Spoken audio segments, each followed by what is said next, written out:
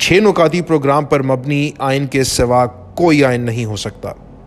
4 جنوری کو ایک جلسہ عام میں مجیب نے اپنی پارٹی کے منتخب رہنماؤں سے 6 نکات میں ترمیم نہ کرنے کا حلف لیا۔ اسی اجلاس میں بنگلہ دیش کا نقشہ بھی دکھایا گیا۔ حلف برداری کے بعد مجیب نے کہا، آئندہ آئین کو 6 نکاتی اور 11 نکاتی پروگراموں کی بنیاد پر تشکیل دیا جائے گا۔ یہ اب محض میری پارٹی کے پروگرام نہیں ہے۔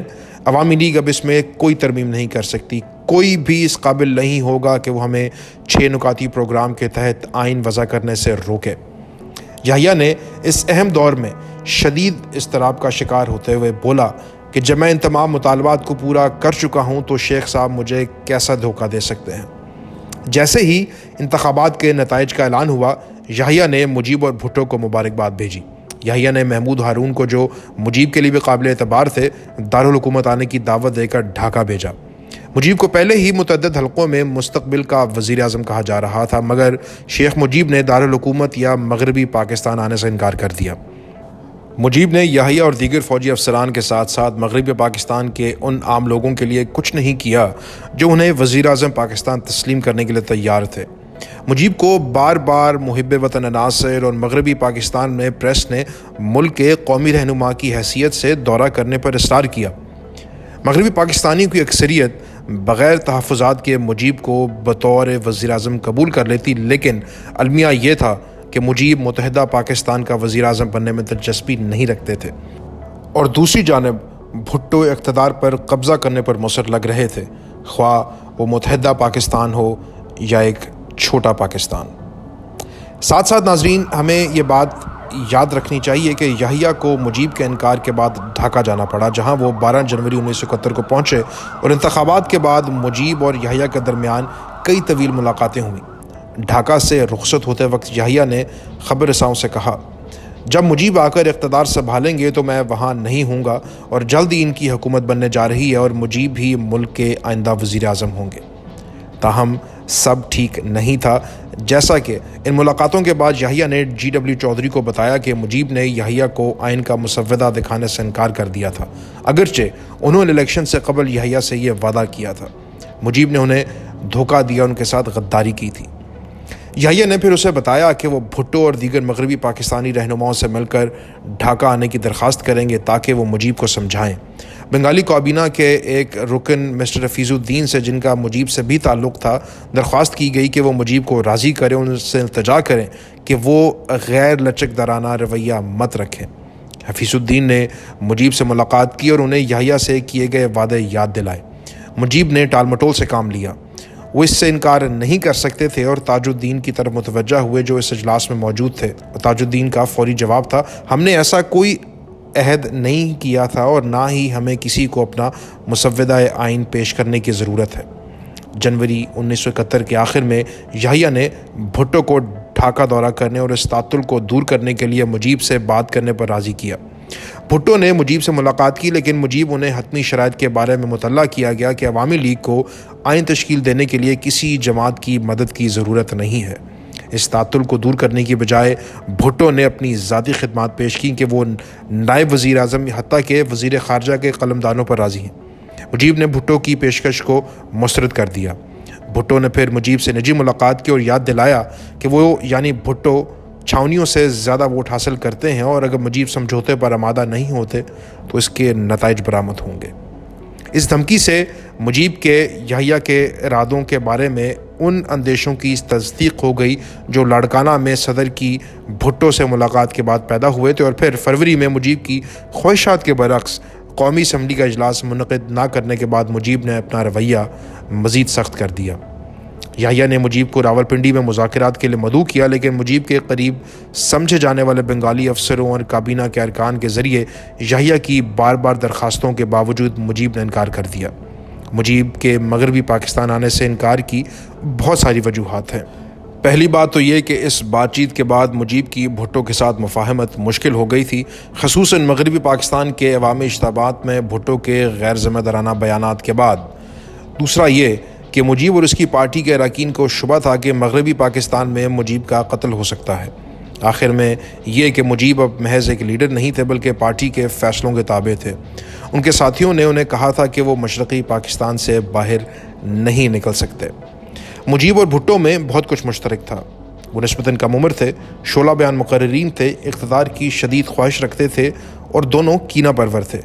حتیٰ الامکان سچ کہنے سے اعتراض کرتے اگر جھوٹ سے کام چل جاتا۔ در حقیقت وہ ماہر دروغ گو تھے۔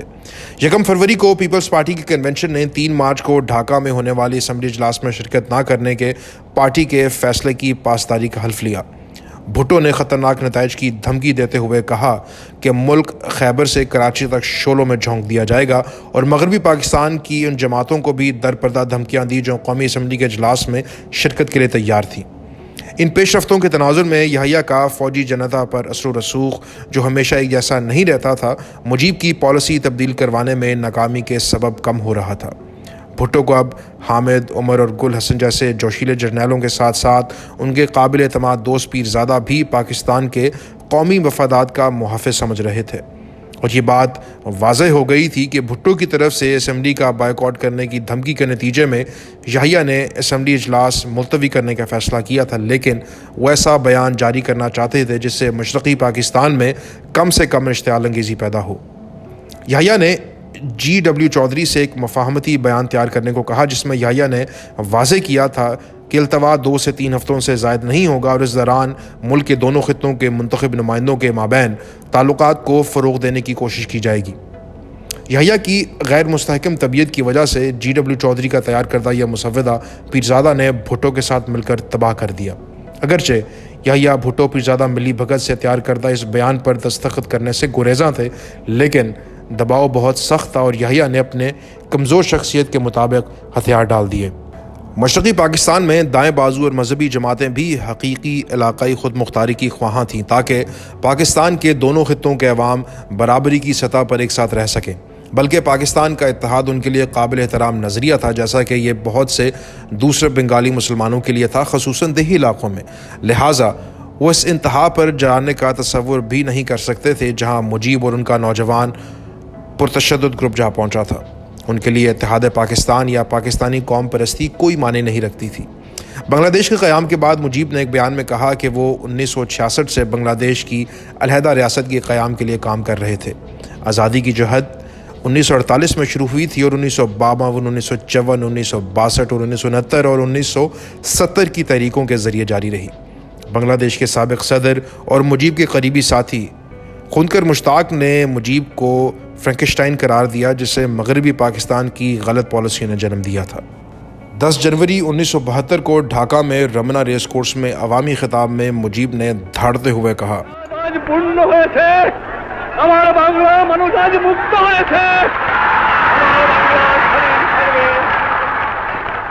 ناظرین، اس ویڈیو سیریز کی 7ویں قسط میں ہم بتلائیں گے کہ قومی اسمبلی کا اجلاس ملتوی ہونے کے اعلان کے بعد مشرقی پاکستان میں کیا ہوا، مجیب اور عوامی لیگ نے کیا رد عمل دیا، اور یحییٰ اور فوجی حکومت نے سیاسی انتشار کو کس طرح کنٹرول کیا تھا۔